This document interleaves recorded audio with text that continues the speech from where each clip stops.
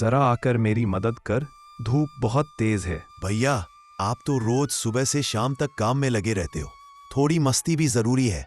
मैं अभी वीडियो देख रहा हूँ। माँ चूल्हे पर रोटियां सेंक रही है। रामलाल और गोपाल घर आते हैं।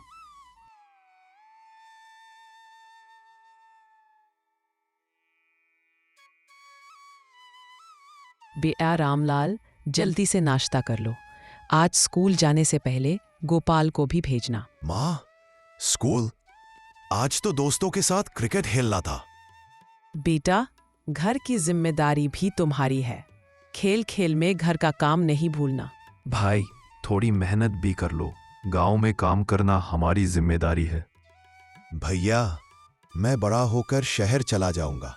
वहां खेती की मिट्टी और धूप की तकलीफ नहीं होगी। शहर की चमक दमक अच्छी लग सकती है, पर असली जिंदगी खेत और मेहनत में छुपी है। यही तुम्हारा असली सोना है। जल्दी से आकर हल संभालो, आज सूरज भी तेज है। भैया, मैं अभी आता हूं, बस एक गेम्स खेल ले दो। बेटा, खेल खेल में दिन बीत जाएगा, खेत सूख जाएंगे। समझ नहीं आता क्या? गांव का जीवन सरल था, पर कठिनाइयां हर दिन आती रहती थी।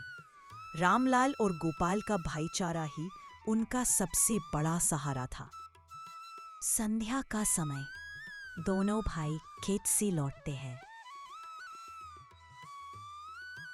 गोपाल, अगर तुम थोड़ी मेहनत करते तो फसल जल्दी तैयार हो जाती।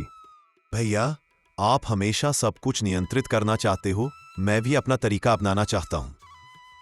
लेकिन भाई, खेती में नियम और मेहनत जरूरी है, वरना सब बर्बाद हो जाएगा। मैं तो बस थोड़ी आजादी चाहता हूं। आप हर समय मेरी आलोचना करते रहते हो। बेटा गोपाल, रामलाल तुम्हारे भले के लिए कह रहा है। और रामलाल, थोड़ी सहनशीलता दिखाओ। भाई भाई की लड़ाई घर बर्बाद कर सकती है। गांव के बुजुर्ग दोनों भाइयों को समझाने आते हैं। रामलाल, गोपाल को धीरे धीरे समझाओ। मेहनत सिखानी है तो प्यार और धैर्य से। ठीक है दादा, मैं कोशिश करूंगा। गोपाल सोचते हुए, शायद भैया सही कह रहा है। मेहनत करना ही असली सफलता है। भाइयों के मतभेद के बावजूद गांव का प्यार और बुजुर्गों की सलाह उन्हें सही रास्ता दिखाती है। गांव में सूखा, तालाब सूख रहे हैं, खेतों में दरारें पड़ रही हैं। हे भगवान, अगर फसल बर्बाद हो गई तो घर का पेट कैसे भरेगा? बेटा, अब गोपाल को साथ लाना ही होगा। अकेले सब काम करना मुश्किल है। भैया, मुझे खेती का काम आता ही नहीं। तो सीख ले, मिलकर करेंगे तो सब आसान हो जाएगा।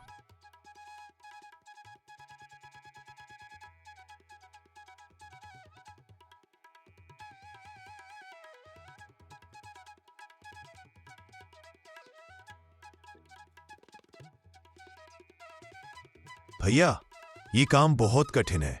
अब समझ आया कि आप अकेले कितना सहते थे। कठिनाई हमें मजबूत बनाती है, और जब हम साथ हैं, कोई मुश्किल बड़ी नहीं लगती। गांव का चौपाल, किसान परेशान बैठे हैं। सूखा और बारिश न होने से फसल बर्बाद हो चुकी है। गांव का साहूकार आता है। रामलाल, तुम्हारा कर्ज अब बढ़ गया है। अगर इस महीने पैसे नहीं दिए तो खेत पर कब्जा कर लूंगा।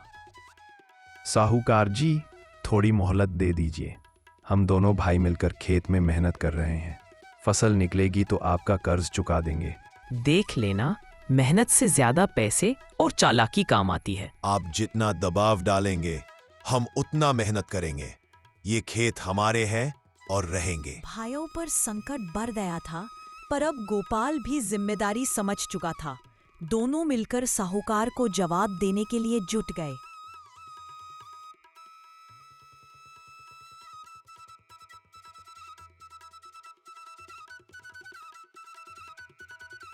बेटा, अकेला इंसान चाहे कितना भी मजबूत क्यों ना हो, पर मिलकर काम करने से पहाड़ भी हिल सकते हैं। सच कहा दादा। आज समझ आया कि गांव और भाईचारे की असली ताकत क्या होती है। अगर सब साथ है तो कोई भी सूखा या तूफान हमें हरा नहीं सकता। दोनों भाई सुबह सूरज निकलने से पहले उठते हैं। बैलगाड़ी, कुएं से पानी खींचना, खाद डालना, फसल को देखभाल करना। भैया, ये काम कितना मुश्किल है, लेकिन अब मजा भी आ रहा है। हाँ भाई, मेहनत का पसीना जब खेत की मिट्टी में गिरता है तब अनाज सोने से भी कीमती लगता है। फसल हरी भरी होने लगती है। खेतों में सुनहरी बालियां लहराती है। माँ खुश होकर दोनों बेटों को देखती है।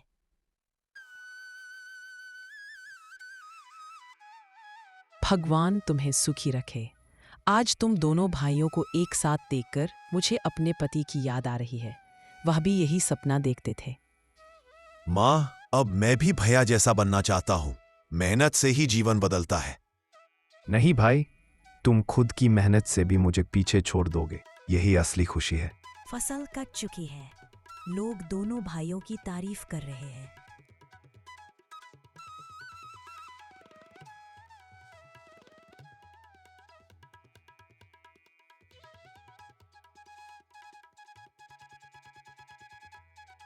माफ करना बेटा, मैं तुम पर शक कर रहा था।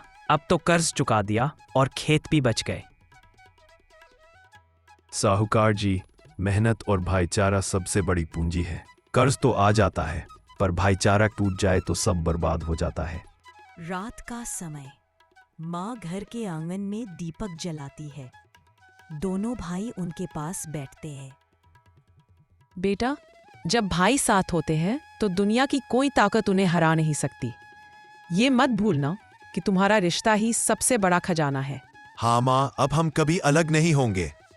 यह कहानी हमें सिखाती है कि मेहनत, भाईचारा और माँ का आशीर्वाद यही जीवन की असली पूंजी है।